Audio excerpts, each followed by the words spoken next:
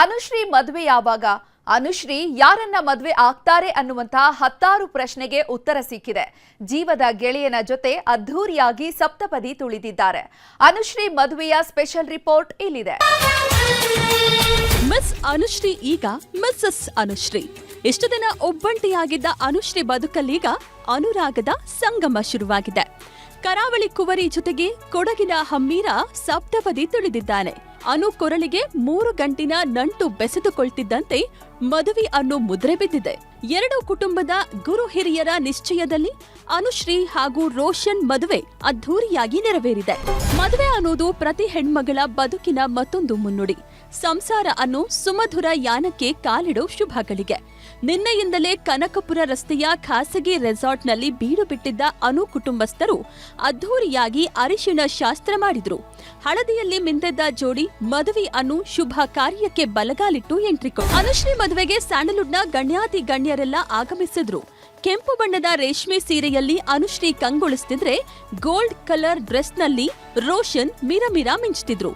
ಬೆಳಗ್ಗೆ 10:56ಕ್ಕೆ ನಡೆದ ಶುಭ ಮುಹೂರ್ತದಲ್ಲಿ ಅನು ಕೊರಳಿಗೆ ಮಾಂಗಲ್ಯ ಧಾರಣೆಯಾಯಿತು. 3 ಗಂಟಿನ ನಂಟು ಬೆಸೆದುಕೊಳ್ತಿದ್ದಂತೆ ಅನುಶ್ರೀ ಕಣ್ಗಳು ತುಂಬಿ ಹೋದವು. ತಂದೆಯ ಸ್ಥಾನದಲ್ಲಿ ನಿಂತ ನಾದಬ್ರಹ್ಮ ಹಂಸಲೇಖ ಅನುಶ್ರೀ ಮದುವೆಯ ಸುಮಧುರ ಕ್ಷಣಕ್ಕೆ ಸಾಕ್ಷಿಯಾದ್ರು. ಈ ವೇಳೆ ನಟಿ ಪ್ರೇಮ, ತರುಣ್, ಸುಧೀರ್, ತಾರಾ ಸೇರಿದಂತೆ ಸಿನಿಮಾ ರಂಗದ ಬಹುತೇಕ ಕಲಾವಿದರು ಶುಭ ಹಾರೈಸಿದ್ರು. ದೊಡ್ಡಮನೆಯ ದೊಡ್ಡಮಗ ಶಿವಣ್ಣನನ್ನ ಅನುಶ್ರೀ ಯಾವಾಗ್ಲೂ ಅಣ್ಣನಂತೆ ಕಾಣ್ತಾರೆ. ಹೀಗಾಗಿ ಅನುಶ್ರೀ ಮದುವೆಗೆ ಶಿವಣ್ಣ ದಂಪತಿ ಆಗಮಿಸಿದ್ರು. ಶಿವಣ್ಣ ಜೊತೆಗೆ ವಿಜಯ್ ರಾಘವೇಂದ್ರ, ನಟ ಪ್ರೇಮ್, ರಾಜ್ಬಿ ಶೆಟ್ಟಿ ಸೇರಿದಂತೆ ದೊಡ್ಡ ದೊಡ್ಡ ಕಲಾವಿದರೆಲ್ಲ ಬಂದು ಅನು ಮದುವೆಗೆ ಶುಭ ಕೋರಿದ್ರು. ಅನುಶ್ರೀ ಮದುವೆ ತೀರಾ ಖಾಸಗಿಯಾಗಿ ನಡೆದಿದ್ರಿಂದ ಹೊರಗಿಂದ ಬಂದ ಯಾರೊಬ್ಬರಿಗೂ ಅವಕಾಶ ಇರಲಿಲ್ಲ. ಕರಾವಳಿ ಸಂಪ್ರದಾಯದಂತೆ ಮದುವೆ ನೆರವೇರಿದ್ದು ಮಗಳ ಮದುವೆ ಕ್ಷಣಗಳನ್ನ ನೋಡಿದ ಅನುಶ್ರೀ ತಾಯಿ ಕಣ್ತುಂಬಿಕೊಂಡ್ರು. ಬದುಕಿನ ಹೊಸ ಅಧ್ಯಾಯ ಆರಂಭಿಸಿದ ಅನುಶ್ರೀ ಹಾಗೂ ರೋಷನ್ ಮದುವೆ ಖುಷಿಯಲ್ಲಿ ತೇಲಾಡ್ತಿದ್ದಾರೆ. ಮದುವೆ ಬಹಳ ಸುಂದರವಾಗಿ ಸರಳವಾಗಿ ನಡೆಯಿತು. ಬಹಳ ಕಡಿಮೆ ಜನರ ಜೊತೆ ಒಂದು ವಿವಾಹ ಆಗ್ಬೇಕನ್ನೋದು ನಮಗೆ ಆಸೆ ಆಗಿತ್ತು. ಹಾಗಾಗಿ it was very simple wedding. ಇವರ ಹೆಸರು ರೋಷನ್ ರಾಮಮೂರ್ತಿ ಅಂತ ಹೇಳಿ ಕುಶಾಲನಗರದಲ್ಲಿ ಬೆಂಗಳೂರಲ್ಲಿ ಕೆಲಸ ಮಾಡ್ತಾ ಇದ್ದಾರೆ. ಸಿಂಪಲ್ ಹುಡುಗ. ಈಗ ಈ ಹುಡುಗಿನ ಮದುವೆ ಆಗಿದ್ದಾರೆ. 5 ವರ್ಷದಿಂದ ಪರಿಚಯ ಇಲ್ಲ ನಮಗೆ. ಸೊ ಲಾಸ್ಟ್ 3 years ಇಂದ we became close. ಪುನೀತ್ ಪರ್ವೆಲ್ಲ ಮಾಡಿ ಕ್ಲೋಸ್ ಆಗಿತ್ತು. So she is the reason for us to meet. Devi, childhood friends. So through her I met Anu, and she's a very simple girl. So ನನಗೆ ಯಾವತ್ತೂ ಒಂದ್ಸಲ she's a celebrity. ಅನು ಮದುವೆಯಲ್ಲಿ ಕಂಗೊಳಿಸಿದ ನಗುವಿನ ಒಡೆಯ. ಅನುಶ್ರೀ ಹಾಗೂ ರೋಷನ್ ಪರಿಚಯವಾಗಿದೆ ದೊಡ್ಡಮನೆಯಿಂದ. ಇಬ್ರೂ ಕೂಡ ಅಪ್ಪುವಿನ ಕಟ್ಟ ಅಭಿಮಾನಿಗಳು. ಇವತ್ತೇನಾದ್ರೂ ಅಪ್ಪು ನಿಮ್ಮೊಂದಿಗೆ ಇದ್ದಿದ್ರೆ ತಮ್ಮ ನೆಚ್ಚಿನ ಆಂಕರ್ ಮದುವೆಗೆ ಮಿಸ್ ಮಾಡದೆ ಬರ್ತಿದ್ರು. ಆದ್ರೆ ಏನ್ ಮಾಡೋದು, ಅಪ್ಪು ಅನ್ನೋ ಚೇತನ ಅಗಲಿ 3 ವರ್ಷವೇ ಆಯ್ತು. ಹೀಗಾಗಿ ಅಪ್ಪುವಿನ ಫೋಟೋ ಇಟ್ಟು ತಮ್ಮ ಅಭಿಮಾನ ಮೆರೆದಿದ್ದಾರೆ. ಇಬ್ಬರೂ ಸಪ್ತಪದಿ ತುಳಿತಿದ್ದಂತೆ ಸೀದಾ ಅಪ್ಪು ಫೋಟೋ ಮುಂದೆ ಬಂದು ಆಶೀರ್ವಾದ ಪಡೆದ್ರು. ನಲ್ಲಿ ಅನುಶ್ರೀ ಮದುವೆ ಯಾವಾಗ ಅಂತಿದ್ದವರಿಗೆ ಉತ್ತರ ಸಿಕ್ಕಿದೆ. ಮನಮೆಚ್ಚಿದ ಹುಡುಗನ ಜೊತೆಗೆ ಬದುಕಿನ ಪಯಣ ಶುರು ಮಾಡಿದ್ದಾರೆ. Film bureau, news 18 Kannada. Dharmasthala ಪ್ರಕರಣದಲ್ಲಿ ದಿನಕ್ಕೊಂದು ಟ್ವಿಸ್ಟ್ ಸಿಗ್ತಿದೆ. ಚಿನ್ನಯ್ಯನ ಜನ್ಮ ಜಾಲಾಡ್ತಾ ಇರೋ ಎಸ್ಐಟಿ ಅಧಿಕಾರಿಗಳು ಬುರುಡೆ ಹಿಂದಿರುವ ಮಾಸ್ಟರ್ ಮೈಂಡ್ ಯಾರು ಅನ್ನೋದನ್ನ ಕೆದಕ್ತಿದೆ. ಇದರ ಬೆನ್ನಲ್ಲೇ ಸೌಜನ್ಯ ಕೇಸ್ ಕೂಡ ಎಸ್ಐಟಿ ಅಂಗಳಕ್ಕೆ ಬಂದಿದೆ.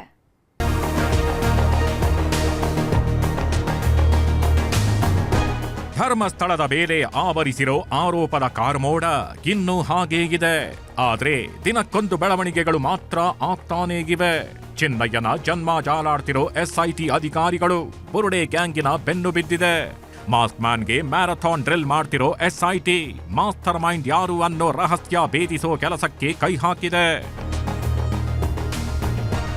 ಧರ್ಮಸ್ಥಳದಲ್ಲಿ ಬಗೆದಷ್ಟು ರಹಸ್ಯಗಳು ಬಿಚ್ಚಿಕೊಳ್ತಿವೆ. ಸಾಕ್ಷ್ಯ ಕೊಡ್ತೀನಿ ಅಂತ ಬಂದಿದ್ದ ಚಿನ್ನಯ್ಯನೇ ಆರೋಪಿ ಸ್ಥಾನದಲ್ಲಿ ನಿಂತಿದ್ದಾನೆ. ಹೀಗಾಗಿ ಈ ಬುರುಡೆ ಗ್ಯಾಂಗ್ನ ಮಾಸ್ಟರ್ ಮೈಂಡ್ ಯಾರು ಅನ್ನೋದರ ತನಿಖೆಗಿಳಿದಿದೆ ಎಸ್ಐಟಿ. ಮಾಸ್ಕ್ ಮ್ಯಾನ್ ಚಿನ್ನಯ್ಯ ಇಡೀ ಕೇಸ್ನ ಮಾಸ್ಟರ್ ಮೈಂಡ್ ಆಗಿರಲು ಸಾಧ್ಯವೇ ಅಂತ ಎಸ್ಐಟಿ ಕಚೇರಿಯಲ್ಲಿ ಚಿನ್ನಯ್ಯನ ಸುದೀರ್ಘ ವಿಚಾರಣೆ ಮಾಡಲಾಗಿದೆ. ಹೊಸ ಎಫ್ಐಆರ್, ಹೊಸ ಸೆಕ್ಷನ್ಗಳು ದಾಖಲಾಗಿರೋದ್ರಿಂದ ಚಿನ್ನಯ್ಯ ಲಾಕ್ ಆಗೋ ಸಾಧ್ಯತೆ ಇದೆ. ತಿಮರೋಡಿ ಮನೆಯಲ್ಲಿ 44 ದಿನ ಚಿನ್ನಯ್ಯ ಏನ್ ಮಾಡ್ತಿದ್ದ? ಧರ್ಮಸ್ಥಳದ ಬಗ್ಗೆ ಅಪಪ್ರಚಾರಕ್ಕೆ ಏನೆಲ್ಲ ಸಂಚು ರೂಪಿಸಿದ್ರು, ಯಾರೆಲ್ಲ ಸಭೆಗಳನ್ನು ಮಾಡಿದ್ರು ಅನ್ನೋದರ ಮಾಹಿತಿ ಕಲೆ ಹಾಕ್ತಿದ್ದು. ಚಿನ್ನಯ್ಯನ 2 ಮೊಬೈಲ್ಗಳಲ್ಲಿರುವ ಡೇಟಾ ರಿಟ್ರೀವ್ಗೆ ಎಸ್ಐಟಿ ನಿರ್ಧಾರ ಮಾಡಿದೆ. ಅಷ್ಟೇ ಅಲ್ಲದೆ ಚಿನ್ನಯ್ಯನಿಗೆ ಆಶ್ರಯ ನೀಡಿದ್ದರ ಬಗ್ಗೆ ಮಹೇಶ್ ಶೆಟ್ಟಿ ತಿಮರೋಡಿಗೆ ಪ್ರಶ್ನೆ ಮಾಡುವುದಕ್ಕೆ ತಯಾರಿ ನಡೆಯುತ್ತಿದ್ದು. ತಿಮರೋಡಿ ಜೊತೆ ಗಿರೀಶ್ ಮಟ್ಟಣ್ಣನವರೆಗೂ ನೋಟಿಸ್ ನೀಡೋ ಸಾಧ್ಯತೆಯಿದೆ. ಇನ್ನು A1 ಆರೋಪಿ ಚಿನ್ನಯ್ಯನ ಮಾಹಿತಿ ಗೌಪ್ಯವಾಗಿಡುವುದಕ್ಕೆ ಎಸ್ಐಟಿ ಅಧಿಕಾರಿಗಳು ಕೋರ್ಟ್ ಮೆಟ್ಟಿಲೇರಿದ್ದಾರೆ. ಜೊತೆಗೆ ಗ್ರಾಮ ಪಂಚಾಯಿತಿ ಅಧಿಕಾರಿಗಳಿಗೂ ವಿಚಾರಣೆ ಬಿಸಿ ಮುಟ್ಟಿಸಲಿದ್ದಾರೆ. ಚಿನ್ನಯ್ಯನ ಬಗ್ಗೆ ಮಾಹಿತಿ ನೀಡದಂತೆ ಬೆಳ್ತಂಗಡಿ ಕೋರ್ಟ್ಗೆ ಎಸ್ಐಟಿ ಅರ್ಜಿ ಸಲ್ಲಿಸಿದ್ದು. ದೂರು ಎಫ್ಐಆರ್ ಸೇರಿ ಇತರೆ ಮಾಹಿತಿ ಗೌಪ್ಯವಾಗಿಡಲು ಮನವಿ ಮಾಡಿದೆ. ಜೊತೆಗೆ ಧರ್ಮಸ್ಥಳ ಗ್ರಾಮ ಪಂಚಾಯಿತಿಯ ಅಧಿಕಾರಿಗಳ ವಿಚಾರಣೆ ಮಾಡಲು ಮುಂದಾಗಿದ್ದು. ದಾಖಲೆಗಳ ಸಮೇತ ಬರುವಂತೆ ಮಾಜಿ ಅಧ್ಯಕ್ಷರು ಸಿಬ್ಬಂದಿಗೆ ಸೂಚನೆ ನೀಡಿದೆ. ಎಸ್ಐಟಿ ಅಂಗಳಕ್ಕೆ ಸೌಜನ್ಯ ಕೇಸ್. ಚಿನ್ನಯ್ಯ ನೀಡಿದ್ದ ಒಂದೇ ಒಂದು ಹೇಳಿಕೆ ಈಗ ಸೌಜನ್ಯ ಪ್ರಕರಣವನ್ನ ಎಸ್ಐಟಿ ಅಂಗಳಕ್ಕೆ ತಂದು ನಿಲ್ಲಿಸಿದೆ. ಚಿನ್ನಯ್ಯನ ಹೇಳಿಕೆಯನ್ನೇ ಮುಂದಿಟ್ಕೊಂಡು ಸೌಜನ್ಯ ಹೆತ್ತವರು ದೂರು ನೀಡಿದ್ದಾರೆ. ಸೌಜನ್ಯ ನಿಗೂಢ ಸಾವಿನ ಕೇಸ್ ಕೂಡ ಎಸ್ಐಟಿ ಅಂಗಳಕ್ಕೆ ಬಂದು ನಿಂತಿದೆ. ಎಸ್ಐಟಿ ಕಚೇರಿಗೆ ಬಂದು ಸೌಜನ್ಯ ತಾಯಿ ಕುಸುಮಾವತಿ ದೂರು ನೀಡಿದ್ದಾರೆ. ಸೌಜನ್ಯ ಮೃತದೇಹವನ್ನು ಎತ್ತಿಕೊಂಡು ಹೋಗಿದ್ದನ್ನು ನೋಡಿದ್ದೇನೆ ಅಂತ ಇದೇ ಚಿನ್ನಯ್ಯ ಯೂಟ್ಯೂಬ್ ಚಾನೆಲ್ ಒಂದಕ್ಕೆ ನೀಡಿದ್ದ ಸಂದರ್ಶನದಲ್ಲಿ ಹೇಳಿದ್ದ. ಹೀಗಾಗಿ ಚಿನ್ನಯ್ಯನ ಹೇಳಿಕೆ ಬಗ್ಗೆ ವಿಚಾರಣೆ ಮಾಡುವಂತೆ ಕುಸುಮಾವತಿ ದೂರು ನೀಡಿದ್ದಾರೆ. ಅನನ್ಯ ಭಟ್ ಕೇಸ್. ಕಂಗಾಲಾದ ಸುಜಾತಾ ಭಟ್. ನನ್ನ ಮಗಳು ಅನನ್ಯ ಭಟ್ ನಾಪತ್ತೆಯಾಗಿದ್ದಾಳೆ ಅಂತ ಎಸ್ಐಟಿಗೆ ದೂರು ನೀಡಿದ್ದ ಸುಜಾತಾ ಭಟ್ಗೆ ತಾವು ನೀಡಿದ್ದ ದೂರೇ ಬೌನ್ಸ್ ಬ್ಯಾಕ್ ಆಗೋ ಹಾಗೆ ಕಾಣ್ತಿದೆ. ಯಾಕಂದ್ರೆ ಸುಜಾತಾ ಭಟ್ ಬಳಿ ಎಸ್ಐಟಿ ಅಧಿಕಾರಿಗಳು ಕೆಲ ದಾಖಲೆಗಳನ್ನ ಕೇಳಿದ್ದಾರಂತೆ. ಆದ್ರೆ ಎಸ್ಐಟಿ ಕೇಳಿದ ದಾಖಲೆ ನೀಡೋದಕ್ಕೆ ಸುಜಾತಾ ಭಟ್ ವಿಫಲರಾಗಿದ್ದಾರೆ ಅಂತ ಹೇಳಲಾಗ್ತಿದೆ. ಒಂದು ವೇಳೆ ಸುಜಾತಾ ಭಟ್ ದಾಖಲೆ ನೀಡದೇ ಇದ್ದಲ್ಲಿ ಅಧಿಕಾರಿಗಳು ತಮ್ಮ ವಶಕ್ಕೆ ಪಡೆಯುವ ಸಾಧ್ಯತೆ ಇದೆ. ಕಾಂಗ್ರೆಸ್ ಬಿಜೆಪಿ ಮಧ್ಯೆ ಧರ್ಮಸ್ಥಳ ದಂಗಲ್. ಧರ್ಮಸ್ಥಳ ಪ್ರಕರಣದಲ್ಲಿ ಎಸ್ಐಟಿ ಅಧಿಕಾರಿಗಳು ಮಿಂಚಿನ ಕಾರ್ಯಾಚರಣೆ ನಡೆಸ್ತಿರೋ ಹೊತ್ತಲ್ಲೇ ರಾಜಕೀಯ ದಂಗಲ್ ಸಹ ಜೋರಾಗಿದೆ. ಎಸ್ಐಟಿ ತನಿಖೆಯ ಬಗ್ಗೆ ಮಾತನಾಡಿದ ಬಿಜೆಪಿ ರಾಜ್ಯಾಧ್ಯಕ್ಷ BY ವಿಜಯೇಂದ್ರ, ಎಸ್ಐಟಿ ಹುಚ್ಚಾಟವನ್ನ ಎಲ್ಲಿಯವರೆಗೂ ನಡೆಸ್ತೀರಾ? ಅಪಪ್ರಚಾರ ಮಾಡ್ತಿರೋರ ಮೇಲೆ ಯಾಕೆ ಎಫ್ಐಆರ್ ಹಾಕ್ತಿಲ್ಲ ಅಂತ ಕಿಡಿಕಾರಿದ್ರು. ಇದಕ್ಕೆ ಧ್ವನಿಗೂಡಿಸಿದ ಕುಮಾರಸ್ವಾಮಿ, ಈ ಸರ್ಕಾರಕ್ಕೆ ಮಂಜುನಾಥ ಸ್ವಾಮಿಯೇ ಶಿಕ್ಷೆ ಕೊಡ್ತಾನೆ ಅಂದ್ರು.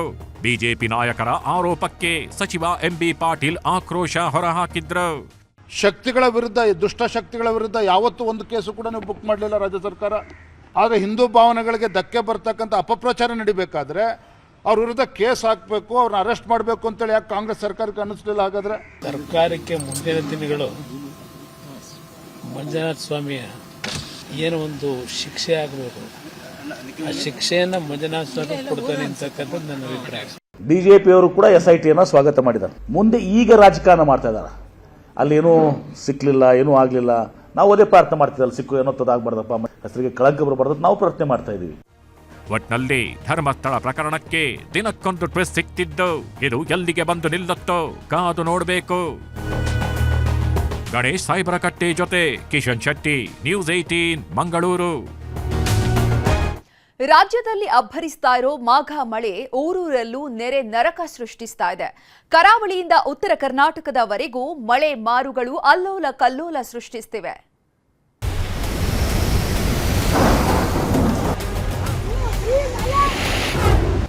ಬಂಗಾಳ ಕೊಲ್ಲಿಯಲ್ಲಿ ವಾಯುಭಾರ ಕುಸಿತವಾಗಿರೋದ್ರಿಂದ ರಾಜ್ಯದಲ್ಲಿ ದಿಕ್ಕೆಟ್ಟು ಮಳೆಯಾಗ್ತಿದೆ.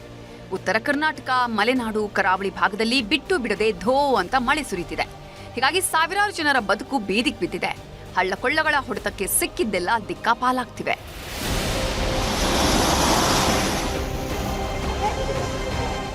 ಯಾದಗಿರಿ ಜಿಲ್ಲೆಯಲ್ಲಿ ಭಾರೀ ಮಳೆಯಾಗಿದೆ. ಯರಗೋಳ ಗ್ರಾಮದಲ್ಲಿ ವರುಣಾರ್ಭಟಕ್ಕೆ ಕೆರೆ ಕೋಡಿ ಬಿದ್ದಿದೆ. ಗ್ರಾಮಕ್ಕೆ ನೀರು ನುಗ್ಗಿದ ಪರಿಣಾಮ ಮನೆಗಳು ಜಲಾವೃತವಾಗಿವೆ. ಇದರಿಂದ ಗ್ರಾಮಕ್ಕೆ ತೆರಳಲು ಜನ ಹಗ್ಗದ ಸಹಾಯ ಪಡೆದು ಸಂಚಾರ ಮಾಡ್ತಿದ್ದಾರೆ.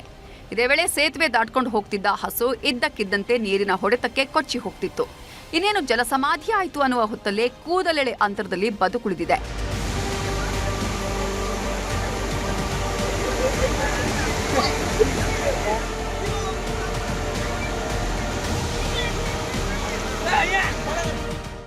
ಬೀದರಲ್ಲಿಯೂ ಧಾರಾಕಾರ ಮಳೆಯಾಗಿದೆ. ಹಳ್ಳಕೊಳ್ಳಗಳು ಮೈತುಂಬಿ ಹರಿತಿದ್ದು ಔರಾದ್ನ ಬಹುತೇಕ ಕೆರೆಗಳು ಭರ್ತಿಯಾಗಿದೆ. ಮಸ್ಕಲ್ ತೇಗಂಪುರ ದಾಬಾಕದಲ್ಲಿ ಪ್ರವಾಹ ಪರಿಸ್ಥಿತಿ ನಿರ್ಮಾಣವಾಗಿದೆ. ಹೀಗಾಗಿ ನದಿ ಸಮೀಪ ಯಾರೂ ತೆರಳದಂತೆ ಜಿಲ್ಲಾಡಳಿತ ಡಂಗೂರ ಸಾರಿಸುತ್ತಿದೆ.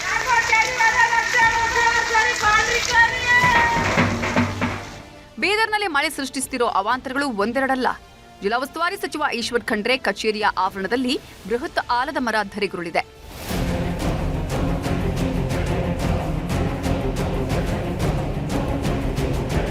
ಮಹಾಮಳೆಗೆ ಕಲಬುರಗಿ ಜಿಲ್ಲೆಯ ಜನ ತತ್ತರಿಸಿ ಹೋಗಿದ್ದಾರೆ. ಜೀವಣಗಿ ಗ್ರಾಮಕ್ಕೆ ಸಂಪರ್ಕ ಕಲ್ಪಿಸೋ ಹಳ್ಳದ ಸೇತುವೆ ಅರ್ಧ ಕೊಚ್ಚಿ ಹೋಗಿದೆ. ಹೀಗಾಗಿ ಜೀವ ಕೈಯಲ್ಲಿ ಹಿಡ್ಕೊಂಡು ಗ್ರಾಮಸ್ಥರು ಓಡಾಡೋ ಪರಿಸ್ಥಿತಿ ನಿರ್ಮಾಣವಾಗಿದೆ. ಸೇತುವೆ ದಾಟಿ ಶಾಲೆಗೆ ಹೋಗೋದಿಕ್ಕಾಗದೆ ವಿದ್ಯಾರ್ಥಿಗಳು ಪರದಾಡಿದ್ರು.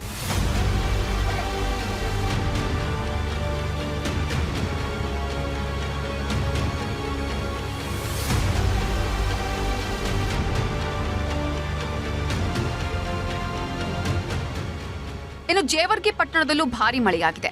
ಹಲವು ಮನೆಗಳಿಗೆ ನೀರು ನುಗ್ಗಿ ಜನಜೀವನ ಅಸ್ತವ್ಯಸ್ತವಾಗಿದೆ. ಜೋಪಡಿಪಟ್ಟಿ, ಭಗವಂತರಾಯ್ ಲೇಔಟ್ನ ಜನ ರಾತ್ರಿ ಇಡೀ ದೇವಸ್ಥಾನದಲ್ಲೇ ಕಾಲ ಕಳೆದಿದ್ದಾರೆ. ಮಹಾರಾಷ್ಟ್ರದ ಉಜ್ಜನಿ ವೀರ್ ಜಲಾಶಯದಿಂದ ಭಾರೀ ಪ್ರಮಾಣದ ನೀರು ಹೊರಬಿಟ್ಟಿದ್ರಿಂದ ಭೀಮಾ ನದಿ ತೀರದ ರೈತರ ಬದುಕು ಬರ್ಬಾದಾಗಿದೆ. ತೊಗರಿ, ಉದ್ದು, ಹೆಸರು, ಸೋಯಾ, ಹತ್ತಿ ಬೆಳೆ ಸರ್ವನಾಶವಾಗಿದೆ. ಕೊಡಗಿನಲ್ಲೂ ಎಡಬಿಡದೆ ಮಳೆ ಸುರಿತಿದೆ. ಮಡಿಕೇರಿಯ ಮೂರ್ನಾಡು ರಸ್ತೆಯ ಮೇಕೆರಿ ಬಳಿ ಭಾರೀ ಪ್ರಮಾಣದ ಮಣ್ಣು ಕುಸಿದಿದೆ. 2 ವರ್ಷಗಳ ಹಿಂದಷ್ಟೇ ಇಲ್ಲಿ 4 ಕಿಲೋಮೀಟರ್ ಸಿಮೆಂಟ್ ರಸ್ತೆ ನಿರ್ಮಿಸಲಾಗಿತ್ತು. ಈಗ ಏಕಾಏಕಿ ರಸ್ತೆಯ ಮಣ್ಣು ಕುಸಿದಿದ್ದು ಜನ ಆತಂಕಕ್ಕೀಡಾಗಿದ್ದಾರೆ.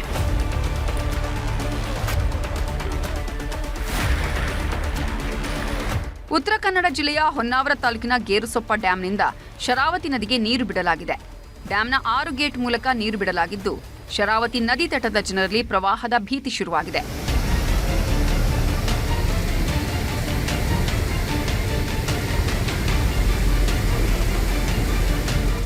ಶಿವಮೊಗ್ಗ ಜಿಲ್ಲೆಯ ಸಾಗರ ತಾಲೂಕಿನ ಲಿಂಗನಮಕ್ಕಿ ಜಲಾಶಯದಿಂದ ಭಾರೀ ಪ್ರಮಾಣದ ನೀರು ಹೊರಬಿಟ್ಟಿದ್ದರಿಂದ ಜೋಗ ಜಲಪಾತ ಮೈತುಂಬಿ ಧುಮ್ಮಿಕ್ತಿದೆ. ಕಳೆದ 2 ದಿನದಿಂದ ಭಾರೀ ಮಳೆಯಾಗ್ತಿರೋದ್ರಿಂದ ಲಿಂಗನಮಕ್ಕಿ ಜಲಾಶಯದ ಒಳಹರಿವಿನಲ್ಲಿ ಹೆಚ್ಚಾಗಿದೆ. ಹೀಗಾಗಿ ಡ್ಯಾಂನ ಎಲ್ಲಾ ಗೇಟ್ ಓಪನ್ ಮಾಡಲಾಗಿದೆ. ಬೆಂಗಳೂರಲ್ಲಿ ಜಿಟಿಜಿಟಿ ಮಳೆಯಾಗ್ತಿದೆ. ಆಗಾಗ ಸುರಿತಿರೋ ಮಳೆಗೆ ಬೆಂಗಳೂರು ಮಂದಿ ಕಂಗಾಲಾಗಿದ್ದಾರೆ. ಫ್ರೀಡಂ ಪಾರ್ಕಲ್ಲಿ ಅಲೆಮಾರಿ ಮೀಸಲಾತಿಗಾಗಿ ನಡೀತಾ ಇದ್ದ ಪ್ರತಿಭಟನೆ ವೇಳೆ ಭಾರೀ ಗಾಳಿ ಮಳೆಯಾಗಿದ್ದರಿಂದ ಟೆಂಟ್ ಮೈ ಮೇಲೆ ಬಿದ್ದಿದೆ. ಅದೃಷ್ಟವಶಾತ್ ಯಾವುದೇ ಸಾವು ನೋವು ಸಂಭವಿಸಿಲ್ಲ. 2 ಜಿಲ್ಲೆಗೆ ರೆಡ್ ಅಲರ್ಟ್, 7 ಜಿಲ್ಲೆಗೆ ಆರೆಂಜ್ ಅಲರ್ಟ್. ಮುಂದಿನ 2 ದಿನಗಳ ಕಾಲ ರಾಜ್ಯದ ಹಲವು ಕಡೆ ಭಾರೀ ಮಳೆಯಾಗಲಿದೆ ಅಂತ ಹವಾಮಾನ ಇಲಾಖೆ ಮುನ್ಸೂಚನೆ ಕೊಟ್ಟಿದೆ. ದಕ್ಷಿಣ ಕನ್ನಡ, ಉಡುಪಿ ಜಿಲ್ಲೆಗೆ ರೆಡ್ ಅಲರ್ಟ್ ಘೋಷಿಸಲಾಗಿದ್ದು, ಬೀದರ್, ಕಲಬುರಗಿ, ಬೆಳಗಾವಿ, ಉತ್ತರ ಕನ್ನಡ, ಶಿವಮೊಗ್ಗ, ಚಿಕ್ಕಮಗಳೂರು, ಕೊಡಗು ಜಿಲ್ಲೆಗೆ ಆರೆಂಜ್ ಅಲರ್ಟ್ ಘೋಷಿಸಲಾಗಿದೆ. ಒಟ್ನಲ್ಲಿ ಬಿಟ್ಟು ಬಿಡದೆ ಸುರಿತಿರೋ ಮಳೆಗೆ ಕರುನಾಡ ಮಂದಿ ಕಂಗಾಲಾಗಿರೋದು ಸುಳ್ಳಲ್ಲ.